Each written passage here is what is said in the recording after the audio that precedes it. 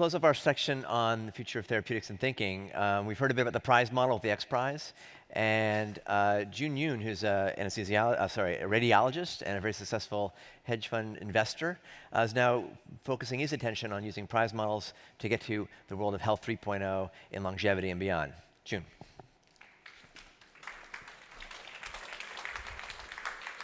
We have an amazing opportunity to reinvent the healthcare system, but let's first point out how amazing the current system is. As a member of the industry, being a physician and an investor, I'm proud that our healthcare system has been helping extend the quality of life and the quantity of life for a long time. But the system we have right now is still not good enough. Why is that? Because right now what we are doing is we're solving for the futures of aging, which means if we're successful, we create more old people that need more healthcare. This is a feed-forward model of healthcare consumption that is fatally flawed. Eventually, you're going to kill the economy, and in this current system, everybody ages out and dies. So as good as this system is, we need a radically new system as an alternative. Now, it's possible that this alternative system is hiding in plain sight. What do I mean by this? Let's go through an exercise. I would like to ask you to count the number of times the letter F appears in this following sentence. It's not a trick question. It's not magic. Just go ahead and count it. And after you're done, look back at me. And I know you guys are fast readers. OK, how many people saw all three? Most of you. Anybody see 4? Anybody see 5? OK, so the real answer is 6. And now that you know the answer, see if you can count the 6 Fs. 5 flies of, scientific, and of. So the older we get, the harder it is for us to see that what's in front of us. That's one of the features of aging. That's depressing, but you can also see it as upside.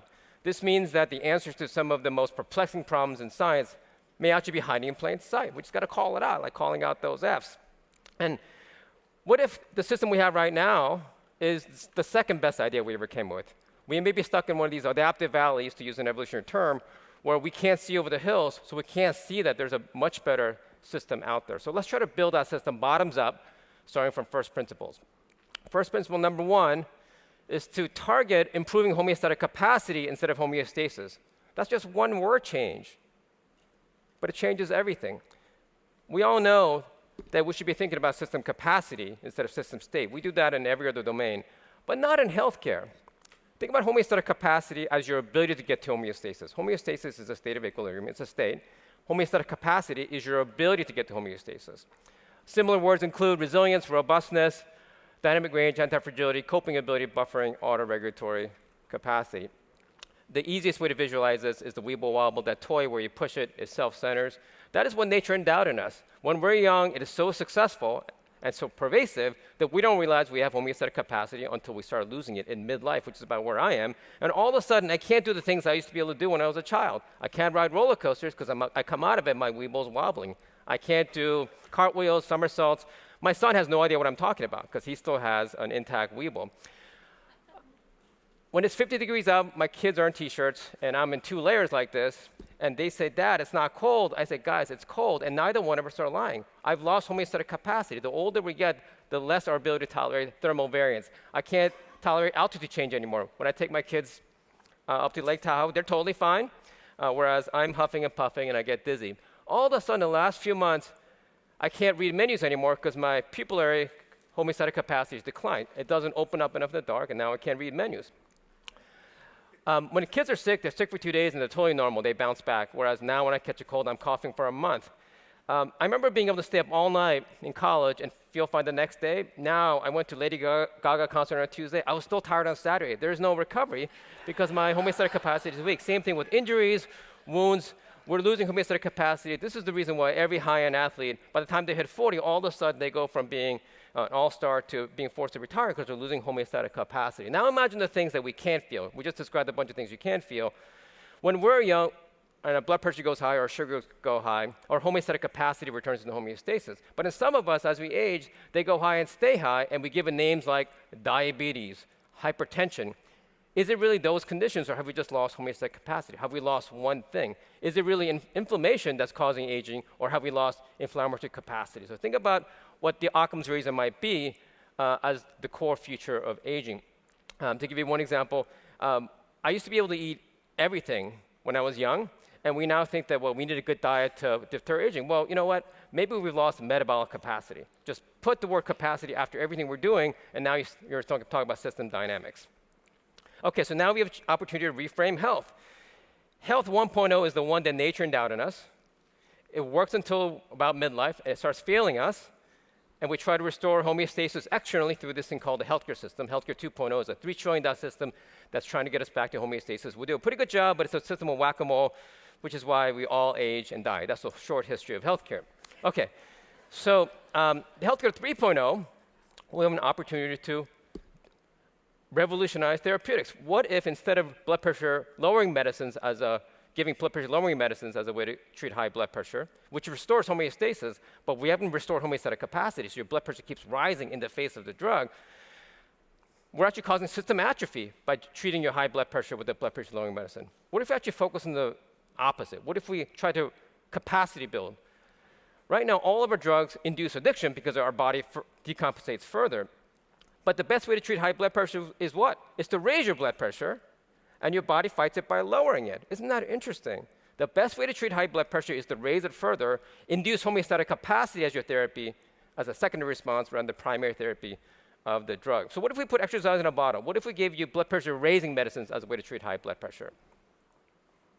That would violate the Hippocratic Oath, first do no harm. So we haven't thought about this. Well, as it turns out, there's incredible empiric validation of this, besides exercise, which helps ameliorate every disease of aging. What about vaccination? Make your body worse, and you induce homeostatic capacity. It is so pervasively effective. What if we could vaccinate against all the dysfunctions that are associated with aging? Okay, first principle number 2 is to measure system capacity instead of system state. Right now, when we go to an annual checkup, what do? We measure our blood pressure, heart rate, glucose, and cholesterol. These are all state variables. Now, can you really learn much from measuring state variables? Our blood pressure right now rises more from sitting to standing than it does year to year. So why are we measuring these state variables instead of system dynamism? What we're doing in healthcare is tantamount to a seismic scientist forecasting collapse risk based on whether you're still standing every year. That tells you nothing. What they do is they push it. Every other system does system testing through dynamic testing, not static testing. So the diagnostic revolution for healthcare 3.0 is to reinvent all of diagnostics with dynamic data, not just static data. Response diagnostics, challenges, see how the body does. Right now, we have very little temporal resolution in biology. All of our data points are state variables, and we don't know how it changes.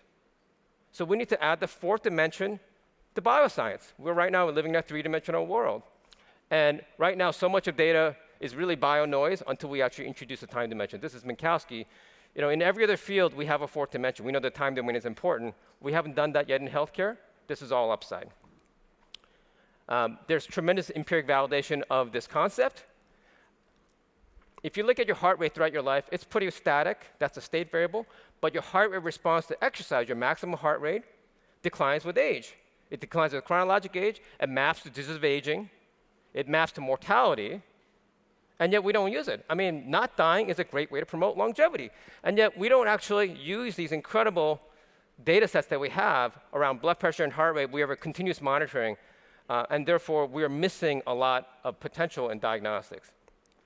What happens if you actually restore homeostatic capacity? What happens? Well, as a 25-year-old, your homeostatic capacity is such that your annual mortality rate per year is about 0.1%, which means if you could live at that rate of homeostatic capacity, you would live 1,000 years, right? And even then, it's a statistic. It's not a limit, because the things that kill you at 25, the leading causes are trauma and infection and suicide. These are externalities. These are the slings and arrows of life. But all of a sudden, after 40, aging emerges, and your annual mortality rate goes up until eventually, by 120, everyone's dead. So right now, lifespan is a limit. Could we actually convert that into a statistic? Now, there's a way to talk about all this without ever mentioning the word longevity. What if we could actually restore homeostatic capacity and live at high homeostatic capacity, such that we have a mortality rate that's under 1% per year? It's really about being healthy now, and you get longevity as a free call option, rather than trying to extend life per se. Let's just stay healthier and see what happens. And this solves one of the regulatory problems of longevity, which is you can't run longevity trials in humans. It takes too long. So what if you could actually just focus on being super healthy And let's just see what happens with longevity over time. Okay, Healthcare 3.0 is also a lifestyle revolution. And the lifestyle revolution is to focus on improving our dynamic range. What that means is the following. When you go outside right now, it's sunny, it's gorgeous, right? Let's say you spend the day out on the beach. What happens at night? You sleep better. Well, here's the biology you need to know.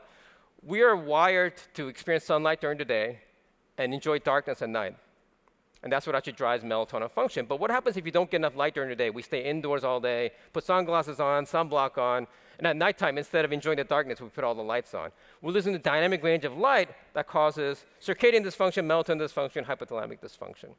So expand the dynamic range. Same thing with temperature. We're wired to be able to deal with 100-degree weather and 40-degree weather. But instead of experiencing that dynamic range, we narrow it by putting coats on, HVAC systems. We move to California. Your blood isn't thinning when you move to California. You're just losing dynamic range. You're debuffering. You're losing capacity. So stretch your dynamic range, your thermal experience as well. It's not chronic. It's not stress per se that's killing us. It's chronic stress. We're wired to be able to deal with intermittent stress, but you got to mix it in. You know, we're supposed to be having an adrenaline rush, but you got to mix it in with rest. So it's not meditation that saves you. It's not exercise. It's the variation of stress that you need, right? Our muscles have an incredible dynamic range, stretching and flexing. That's what keeps it around. If you narrow your muscles' dynamic range by being ergonomic and neutral, what happens? You actually liquefy your muscles, turn them into fat. So we need to reintroduce dynamic range to our muscles as well. This is why yoga and stretching benefits your health. Okay, is it diet that's killing us? Or is it loss of dietary dynamic range? My intuition is that it's not the fact that Doritos are what's killing us, it's the fact that we are eating too much junk food. What if you had a variation of diet? So you don't have to just eat like one narrow diet. You can actually eat a lot of things. Just keep it diverse, stretch the dynamic range of your diet, and maybe you'll actually maintain metabolic capacity. Okay, there are some things that we do all the time as human beings, or we should be doing all the time, that actually increase our dynamic range as it relates to HRV, blood pressure variance, cardiac tolerance. Laughing is one of them. It's shown to improve HRV. This is probably why laughing actually is good for your health. Here's another thing that improves HRV. I couldn't find any pictures of the internet on this one, but this is another thing that improves HRV. Use this metaphorically. Expand your dynamic range not only in terms of your biology and your environmental experience, but also your cultural experience. Think beyond 4 dimensions. Try new things. That's what's stretching your dynamic range. Walk home a different way. Go listen to interesting talks. Travel. These are all the reasons why doing these things, I think, actually will map to eventually better health. This is a new way to think about lifestyle medicine. If you think about all the things that have resonance, they have a natural dynamic range. Every Shakespeare play will take you on an up and down roller coaster per scene. This is why these things endure. Things that have no dynamic range will not endure. So here's the plan for Healthcare 3.0. I've committed to endowing all the IP we have in this space, pledging it publicly so everybody can have access to it non-exclusively. We're engaging leadership. So I presented this topic at the National Academy annual meeting last year as one of the closing speakers, and we're now working with them to establish a series of challenges that will hopefully lead scientists to think in a different way. We're providing a new regulatory strategy, again, something more proximate that'll have ultimate benefit, but something that we can do in real time, because if you can measure things real time, it's cheaper, it's faster, it's more effective than trying to run these long, expensive trials. And then funding, we're providing all the funding for this through a series of prizes. And then we have tremendous media partners. The main thing we need out of all of you, though, is that we need people, right? Everything's done through people, as you heard from me earlier. So we invite all of you to engage, either entrepreneurs or scientists or funders, to start cultivating this new system that hopefully make the existing system obsolete.